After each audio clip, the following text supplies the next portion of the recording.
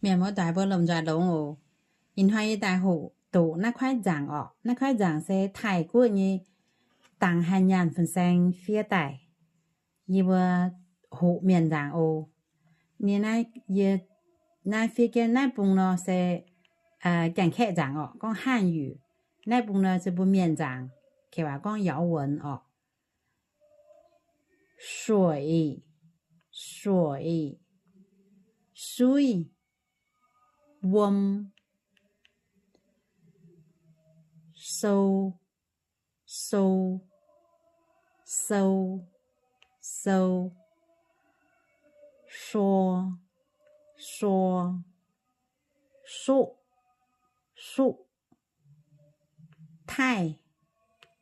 国的泰那泰国哦啊就泰国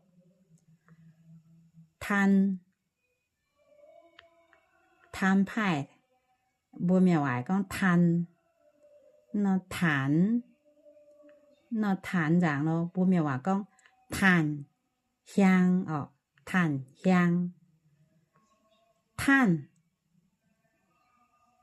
炭火的炭哦不面话讲坛梯楼梯的梯哦不面话讲梯